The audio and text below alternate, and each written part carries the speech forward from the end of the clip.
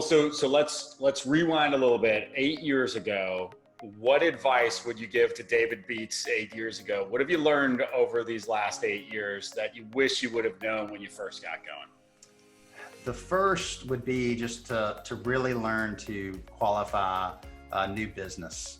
To really get good at understanding which projects you want to take on and which ones you want to pass on.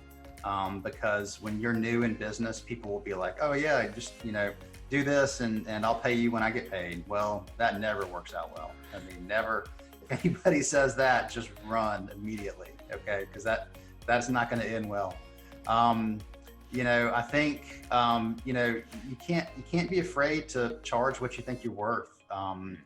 Pricing is extremely difficult, especially when you're starting something new and something that, people aren't really used to. George and I met with the founder of Esri. We're an Esri business partner, which is ESRI. They're based out of Redlands, California. And so we met with the president of Esri when we were just getting started in the business.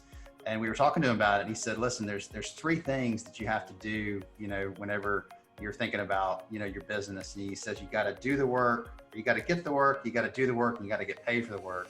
And that's why you charge 3 times more than you think you ought to charge when you're getting started at something. And so I've always kind of, just try to remember that rule of 3, like don't be afraid to charge, because especially things always take longer than you think. If you give a number on a project, you think you're going to make X amount of dollars. Well, it's probably going to take double the time that you think. There's almost always problems, whenever you're doing kind of service type projects.